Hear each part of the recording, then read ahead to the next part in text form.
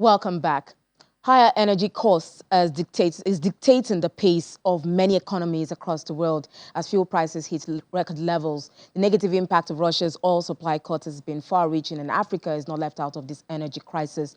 In Mozambique, operators on Monday paralyzed the nation's capital with protests demanding the authorities allow them to increase passenger fares following an increase in diesel price by 11% and gasoline by 4.4%, which is effective July the 2nd. However, bus drivers in Maputo, Mozambique's capital, have agreed to end the strike after authorities pledged to cushion the impact of record fuel prices by subsidizing fares. Matt Kindiger, practice lead, Sub-Saharan Africa Frontier View, joins me now to share his thoughts on this. Hi, Matt. Good to speak to you. Hi, thanks for having me on the show today.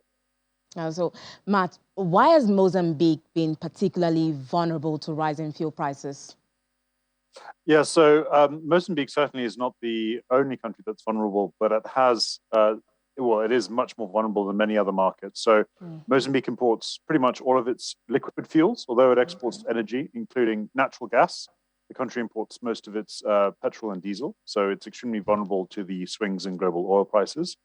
Additionally, the government has very limited capacity to introduce subsidies to soften the impact of global oil prices. We have seen other governments in some markets introduce subsidies. We've also seen some governments introduce things like social payouts or social subsidies, like in South Africa, to help with the cost of living crisis, but this is not really possible in Mozambique. Additionally, the country has seen a very sharp increase in food price inflation. It's, I believe, at above 13% by the last reading in May. And as a result, we are seeing Mozambicans feeling particularly vulnerable to the effects of rising costs of living. So this is likely a couple of reasons behind the very pronounced protests in Mozambique.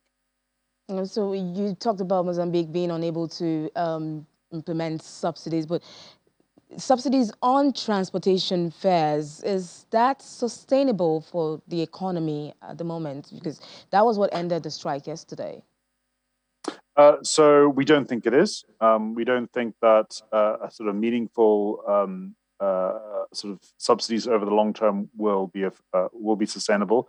And this is simply because the government lacks the fiscal capacity to do so. There will be major trade-offs. The government will either have to increase taxes or cut spending significantly.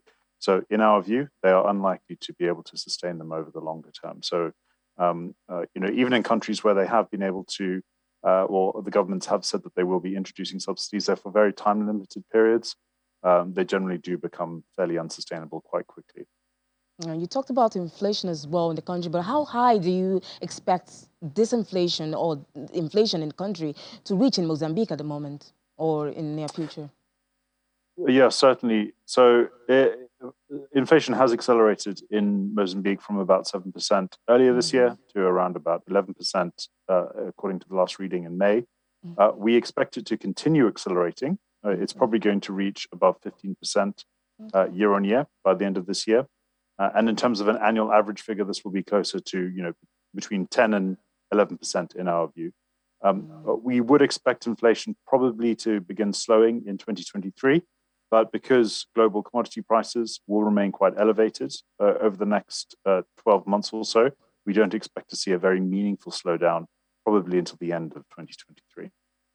So which other countries in the region are vulnerable to protest over the coming months? We're seeing fuel crisis almost in every African country. So which countries do you think is going to take up the next protest placards and go on the streets?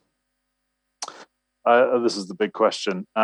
So we certainly don't think this is the last set of protests that we're going to see in Sub-Saharan Africa in particular. We've already seen some unrest in Uganda, but there are a few markets that we think are particularly vulnerable. These are markets where the government has very limited fiscal capacity to subsidize fuels or introduce price caps. There are also the markets where we have seen the most aggressive inflation, especially food price inflation. So a few markets we are monitoring very carefully for risks include Zambia and Zimbabwe. Zambia has very limited fiscal capacity, but Zimbabwe is seeing extremely high inflation. It's back in hyperinflation territory. Ethiopia has also seen a very marked increase in inflation, partly caused by the civil conflict there, but also aggravated by global factors. And Ghana as well, actually, although it was doing economically relatively well, inflation has reached 28%, according according to the last reading in May. So it is particularly vulnerable. And then another country we're actually monitoring is Kenya. So although the government has been able to keep inflationary pressure relatively low by global standards, we are likely to see this change after the election in August. And this is because the government's fiscal position is increasingly weak. It has already reduced fuel subsidies, and we expect there to be even less support for households after the election. So there could be a rise in social tensions there. A couple of countries like South Africa are very unlikely to see social unrest directly as a result of higher inflation and fuel prices. And this is because the government is very much committed to countering the cost of living there. So we hope this fuel crisis pandemic gets, abated soon, Matt. Thank you so much, Matt Kindiga, practice lead, Sub-Saharan Africa Frontier, for joining us on the program. Thanks, you too.